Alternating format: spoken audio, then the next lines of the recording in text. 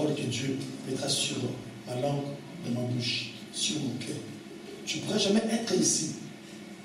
Parce qu'ici, nous sommes dans le talus céleste où se déploie la puissance de Dieu. Merci le Saint de Saint, le Roi des Rois.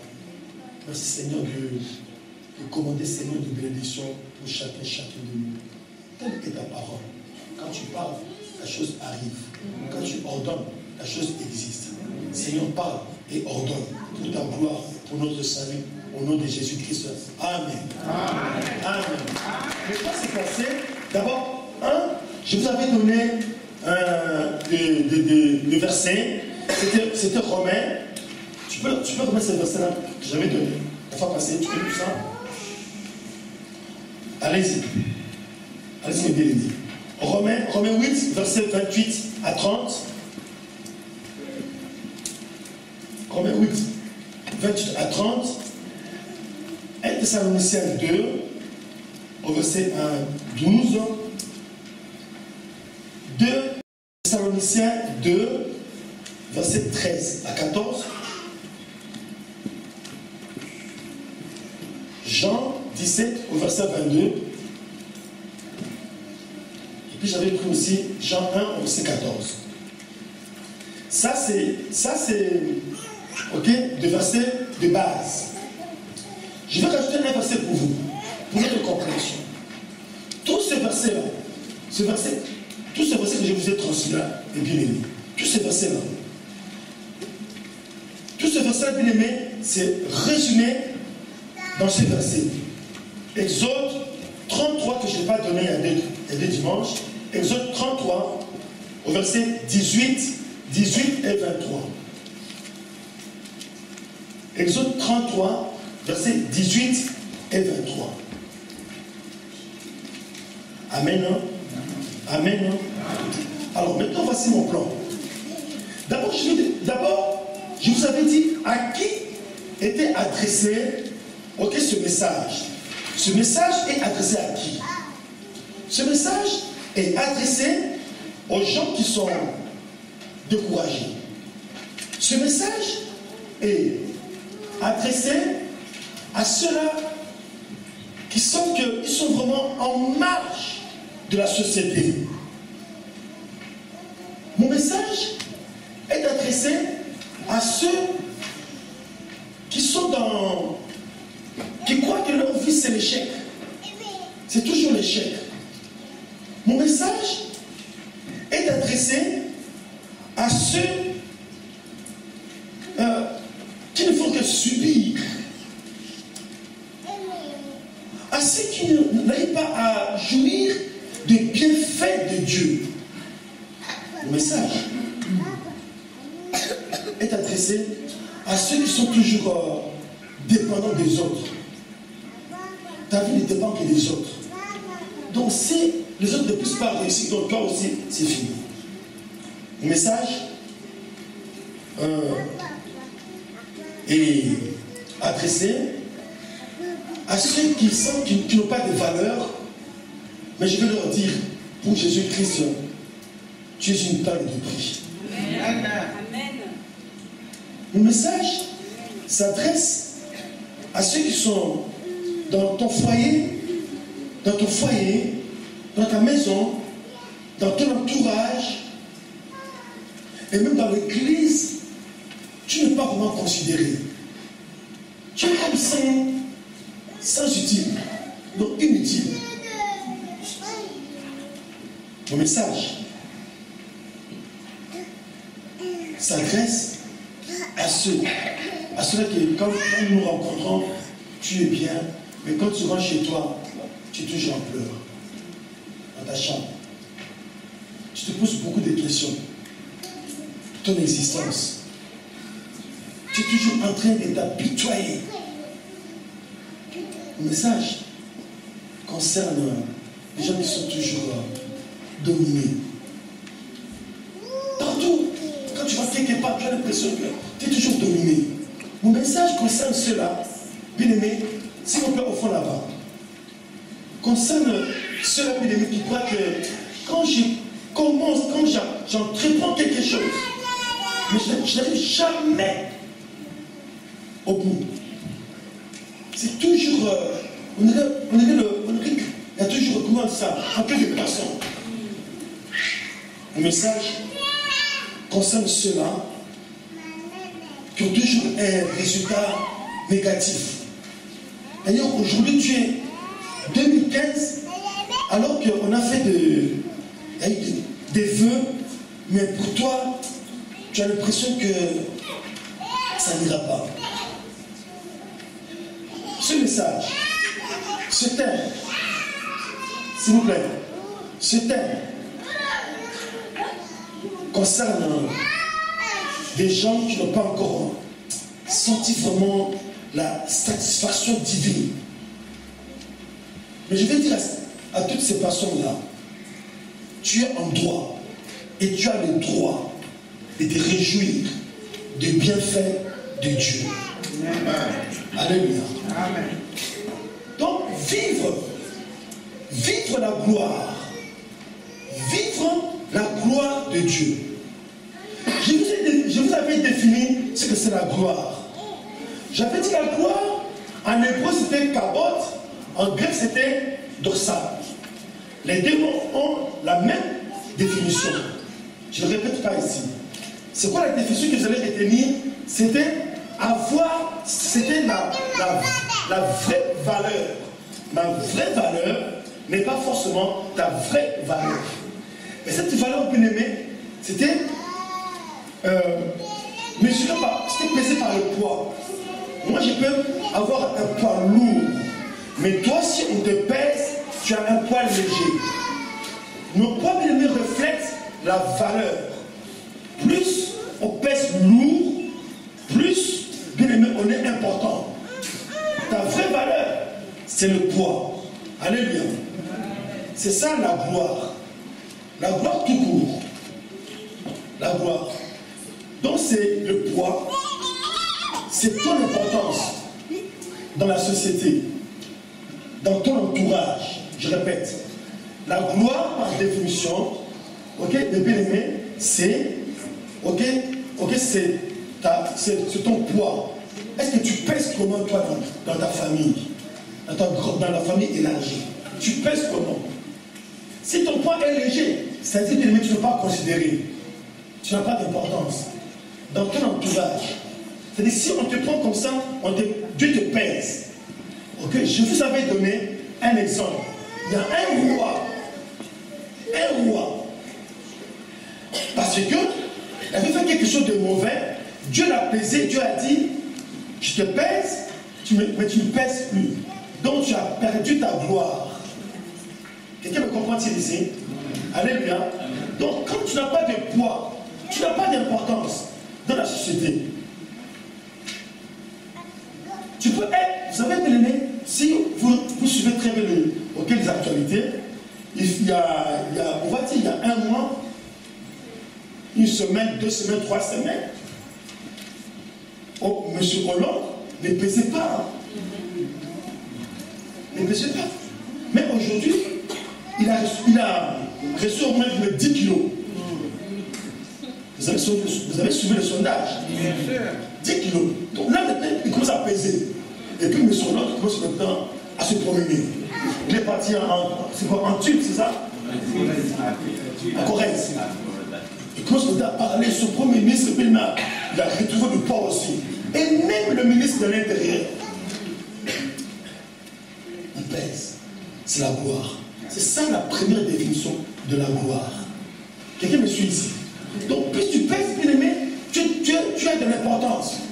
Même dans l'église, dans ton entourage, là où tu travailles, et partout ailleurs. Et partout ailleurs. Notre thème, vivre la gloire de Dieu. C'est-à-dire vivre le poids de Dieu. Yes. Alléluia. Vivre le poids de Dieu.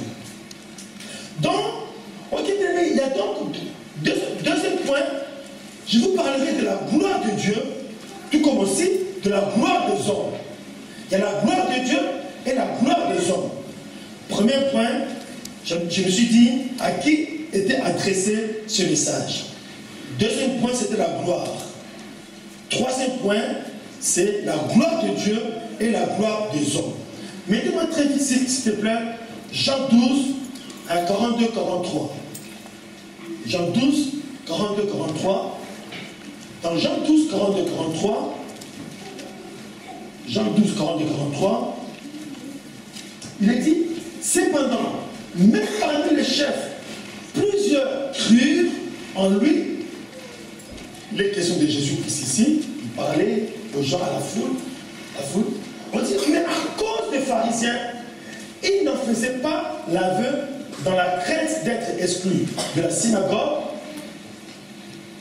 car ils aimèrent la gloire des hommes plus que la gloire de Dieu. Ok? La gloire des hommes. La gloire bien aimée, ok, ça peut être la gloire des hommes ou la gloire de Dieu. Un exemple, mets-moi s'il te plaît, Matthieu 6, très vite, 6, 29. 6, 29. Je ne vois bien aimé ici, c'est la gloire d'un homme. La Bible dit, c'est parce que dans Matthieu 6, on nous parle, mais vous inquiétez de rien. Il ne faut pas toujours vous habituer, il ne faut pas toujours réclamer. Et dans Matthieu 6, au verset 29, il est dit, cependant, je vous dis que Salomon même, dans toute sa gloire, nous voyons ici la gloire d'un homme. La gloire d'un homme n'a pas été vêtue comme l'un d'eux. Quelqu'un me suit ici? Je vais y revenir. Donc nous avons la gloire de Dieu et pour la gloire des hommes. Nous sommes toujours bien aimés au niveau du plan. Je vous livre mon plan. Et parmi les hommes, dans la gloire des hommes, il y a la gloire des hommes en Jésus. Et puis aussi la gloire des hommes sans Jésus, j'ai appelé ça une gloire mondaine. Vous avez compris? Vous avez compris? Alléluia. Et donc, cinquièmement, bien aimé, ok, je vais ne développer après, mais je laisse le point, parce qu'on a passé le temps. Cinquièmement, c'est-à-dire jouir, virgule, vivre, virgule, voir, toucher la gloire en Jésus. Sixièmement, ça sera comment. Ok, cinquièmement, c'est ça. Oh, Kevin, moi je vois que tu t'appelles ça pour écrire. Tu n'as pas fait ça, mais c'est pas grave. Sixièmement, c'est comment vivre, comment voir, comment toucher la gloire en Jésus. C'est là où je donnerai des critères, c'est là où je donnerai bien l'objectif à atteindre. Alléluia. Maintenant, je prends mon message. Et tu rappelles, la première partie, je définis ce que c'est la gloire. Ok, j'ai dit, la gloire, c'est le poids. Le poids. Quand on a le poids, pourquoi je pèse? Parce que, j'avais dit la semaine dernière, il y a 2 semaines, parce que j'ai le pouvoir. Ou bien parce que j'ai la richesse. Ou bien parce que j'ai la sagesse. J'ai l'intelligence. J'ai le succès. Quand quelqu'un a le succès, ok, tu as la gloire. Est-ce que vous me saisissez? Ok? Je suis intelligent. Il y a 3 points ici. Regardez-moi s'il vous plaît. Il y a 3 points ici. A, B, C. A, j'ai le pouvoir. J'ai la richesse. J'ai la sagesse. L'intelligence. J'ai le succès. Je suis très bien au football. Je suis très bien au basketball. Ça, c'est le point ici. Ok? Ça, c'est le cercle 1. A plutôt. Cercle B maintenant, parce que j'ai la sagesse, j'ai le pouvoir, j'ai la gloire. Alléluia. Amen. Comme j'ai la gloire, bien aimé, la gloire, bien aimé, donc j'ai la grandeur. Écrivez ce mot-là. J'ai la grandeur. J'ai la splendeur. J'ai l'éclat. Écrivez ces mots. J'ai la grandeur. J'ai la grandeur, la splendeur, j'ai l'éclat. 3e point, je suis considéré. Je suis honoré. Les gens, quand je vis quelque part, les gens me respectent. Il y a la crainte. Est-ce que vous comprenez? Alléluia. Amen. Alléluia.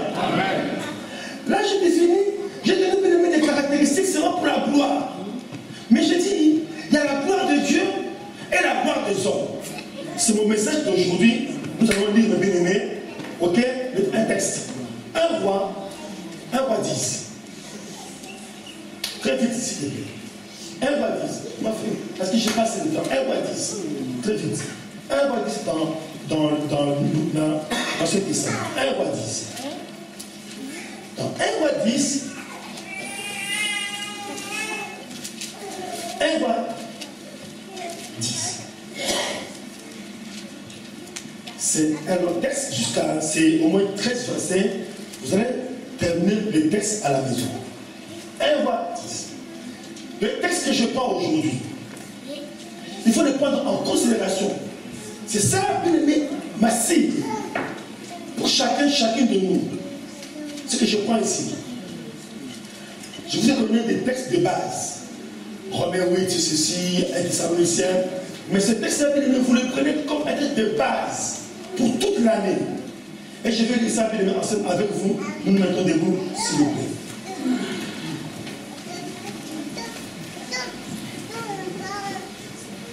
Alléluia. Je lis au nom de Jésus-Christ. Merci, merci, merci. C'est gentil. Je trouve des mots, merci, c'est gentil. La reine de Saba entendit parler de la réputation. Vous souvenez avec vos yeux, au bien si tu as le temps, quand tu es debout là-bas, tu vas souvenir ces mots-là. La reine de Saba entendit parler de la réputation. Tu vas souvenir réputation. Elle même aussi parler de Salomon et à la gloire de l'Éternel. Elle vint l'éprouver par des ennemis. Elle arriva à Jérusalem avec une suite très importante de charbon, pourtant des aromates, de l'or en de grandes quantités et des pierres précieuses. On n'a pas de présent de pierres de bien-aimés. Pourquoi? Elle vint auprès de Salomon. Elle lui dit tout ce qu'elle avait dans le cœur. Salomon lui expliqua tout ce qu'elle demandait et il n'y avait rien de caché pour le roi qu'il ne pouvait lui expliquer. Je vais expliquer un peu ici. La reine de Saba a entendu parler de la sagesse. De la sagesse. Aucun ennemi de Salomon ici. Est-ce que vous comprenez? De la sagesse. Le cercle A ici. Il y avait 3 cercles ici. La sagesse.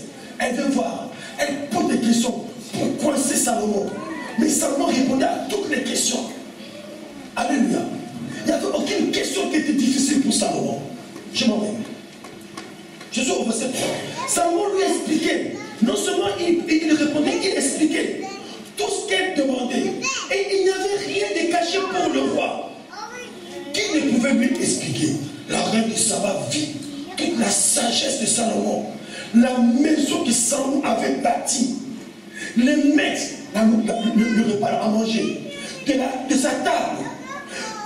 L'habitation de ses serviteurs. Les fonctionnaires et les vêtements de ceux qui étaient à son service. 16 chansons. Les gens qui mettent le vin dans la coupe pour le roi. Et les holocaustes qu'il offrait dans la maison de l'Éternel. Elle en perdit le souffle et dit au roi, c'était donc vrai ce que j'ai appris dans mon pays au sujet de tes paroles et de ta sagesse. Je ne croyais pas à ces paroles avant d'être venu et d'avoir vu de mes propres yeux. C'est moi qui ai ajouté propres yeux. Et voici qu'on ne m'en a pas annoncé la moitié. Tu as plus de sagesse et de prospérité, la réputation, tu suis avec tes yeux la réputation et la richesse. En verset 8, heureux, tu peux le souvenir aussi. Bien aimé, ça dit, ici heureux, hein? Ça dit, ça concerne une seule personne, cette gloire-là, mais bien aimé, cette gloire maintenant embrasse les autres, contamine les autres. Alléluia. Amen. Ça contamine ta maison, ça contamine ton pays, ça contamine ta région, ça contamine ta tribu. À partir d'une seule personne. Alléluia. Amen. Cette année ici, il faut que tu achètes en toi. Amen. Je dois faire quel verset? 8. On y va de Mousson. Comment? Heureux des gens, heureux des serviteurs qui se tiennent continuellement devant toi, qui entendent ta sagesse. Béni soit l'Éternel ton Dieu, qui t'a été favorable et t'a placé sur le trône d'Israël. C'est parce que l'Éternel aime Israël a toujours, qui t'a établi roi, sur le roi. Il t'a établi roi pour que tu fasses droit et justice. Sur le droit et justice, nous allons bien aimer le développer par ailleurs. Plutôt plus tard. Elle donna, la reine de Saba donna au roi 120 talents d'or, une très grande quantité d'aromates. Pourquoi? Parce que la reine, parce que le roi Salomon est sage. Elle sait pourquoi. Ok. Il n'arrivait plus autant d'aromates que celle que la reine de Saba donna au roi Salomon. Les navires d'Iran qui apportèrent de l'or d'Ophir amenèrent aussi d'Ophir une grande quantité de bois, de sandales et de pierres précieuses. Le roi, avec le bois des sandales, une balustrade pour la maison de l'Éternel et pour la maison du roi, ainsi que des harpes, des luttes pour les chanteurs. Il n'arriva plus pareil bois des sandales et l'on n'a plus vu jusqu'aujourd'hui. Maintenant, le roi se retrouve. On nous donne, on nous offre. Le roi Salomon donna à la reine de Saba tout ce que la reine de Saba désira, ce qu'elle demanda, et lui fit en outre des présents dignes d'un roi tel que Salomon. Puis elle s'en retourna pour aller dans son pays, elle et ses serviteurs. Amen pour la parole de Dieu. Prenez place. Chers amis, c'est un texte bien aimé que je ne veux pas vraiment commenter aujourd'hui. Parce que ce texte bien aimé va faire l'objet, de notre support durant l'année ici. Mais aujourd'hui, je voudrais vous parler, bien aimé, de la gloire de Dieu. Je vous ai dit, bien aimé, la gloire, il y a soit la gloire des hommes, il y a aussi la gloire de Dieu. La gloire de Dieu, c'est une expression. Quand on nous parle de la gloire de Dieu, c'est une expression. Alléluia. C'est une expression qui désigne plusieurs choses. Notez, quand je parle de la gloire de Dieu, ça peut décrire la splendeur et la majesté de Dieu. Nous sommes dans la gloire de Dieu. Quand j'ai défini la gloire tout court, comme la première partie, j'ai parlé de la splendeur, j'ai parlé de la grandeur, mais je n'ai pas parlé de la majesté. La gloire tout court. Est-ce que vous me saisissez? Est-ce que vous me saisissez?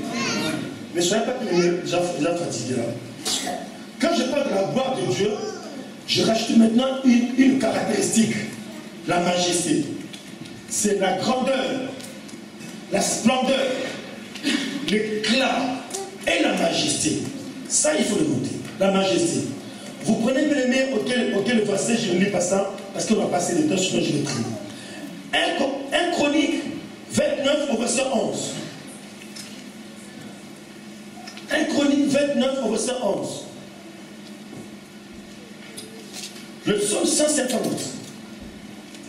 Lorsqu'on parle de la gloire de Dieu, bien aimé, c'est une gloire si immense qu'un être humain ne peut pas voir et vivre.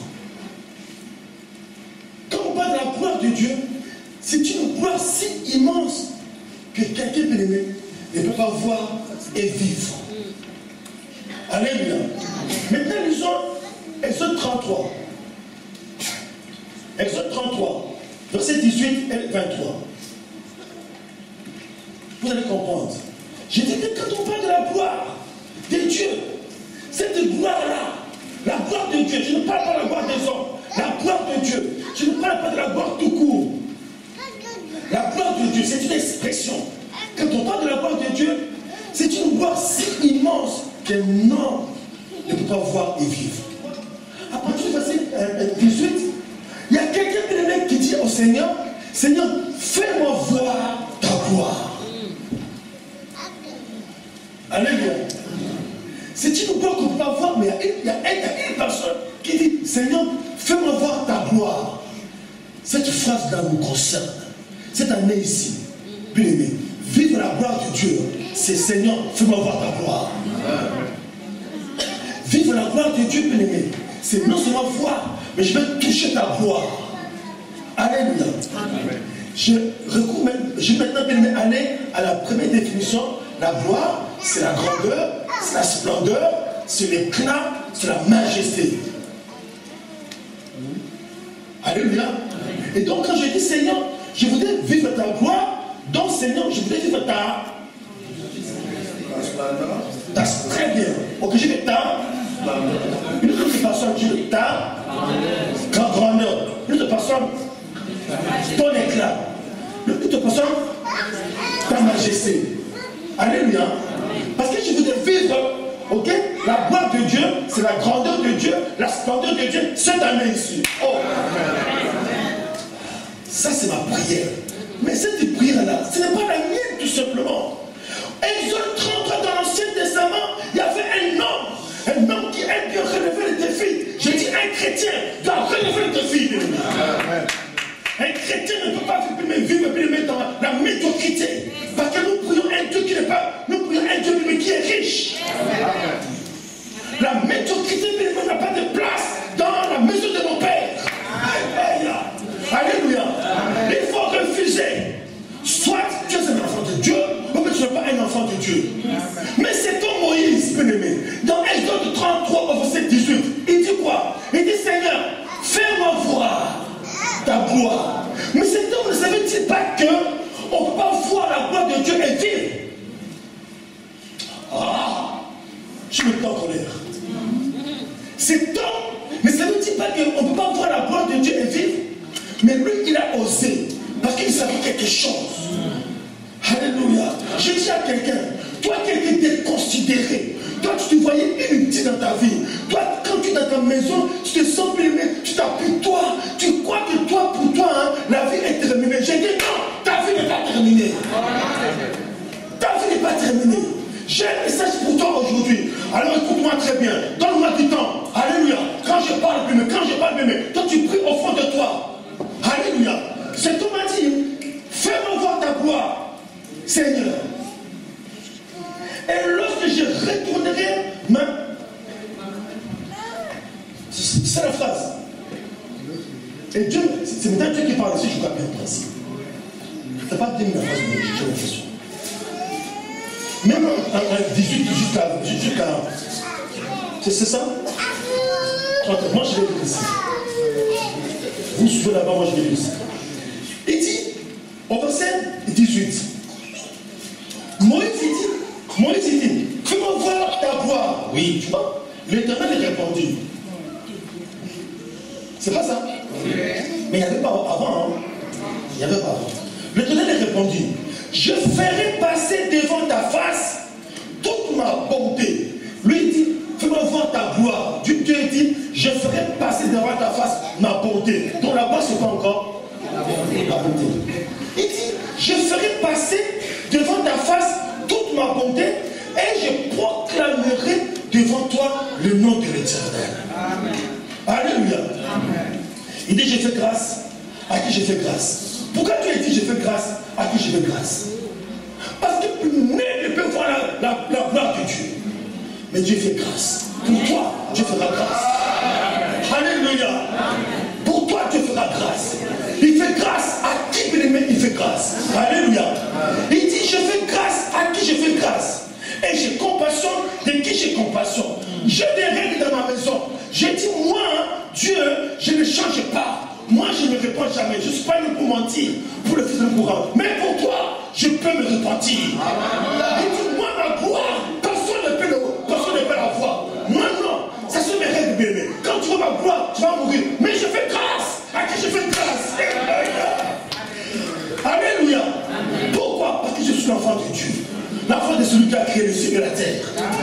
Je dis, mon frère, ma soeur, ton problème, tes problèmes, okay, n'ont pas été créés.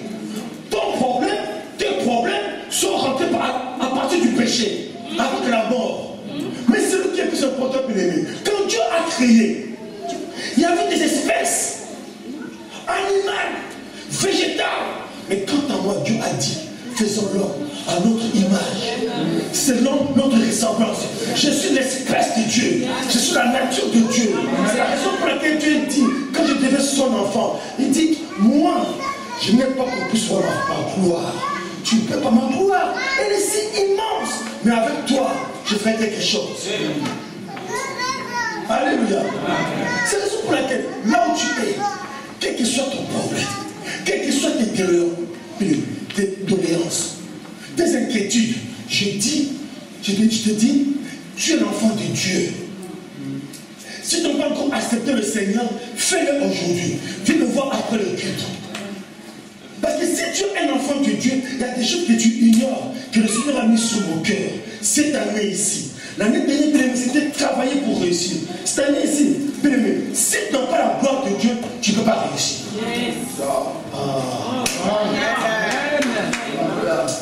Ne me découragez pas. Alléluia. 30, ok, 18, maintenant 23. Nous sommes au verset 23, on va sauter 23. Verset 23, nous sommes dans Exode 33. Au verset 23, il est dit, puis je retirerai. Bon, comme c'est pas loin, on peut le dire vite, non? Hein, bon, c'est pas loin. Alors, au verset 18, 19, l'Éternel répondit, je ferai passer devant ta face toute ma bonté et je proclamerai devant toi le nom de l'Éternel. Je fais grâce à qui je fais grâce et j'ai compassion de qui j'ai compassion.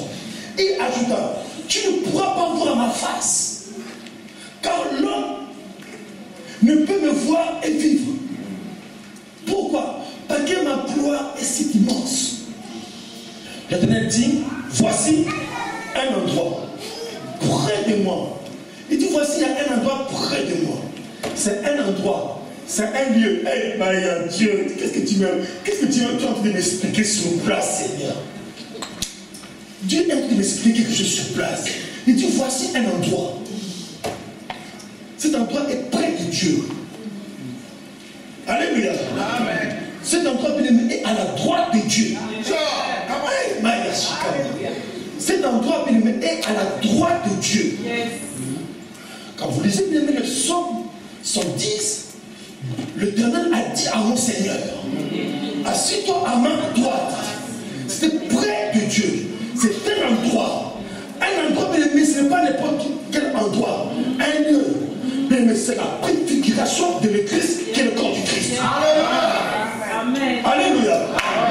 C'est la préfiguration de l'Église. C'est l'endroit est la préfiguration de l'Église. L'Église qui est le corps du Christ.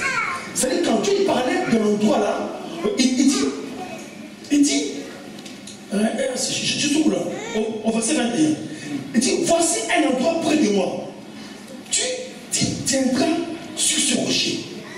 Quand ma gloire passera, je te mettrai dans un creux du rocher. Et je te couvrirai de ma main jusqu'à ce que j'ai passé.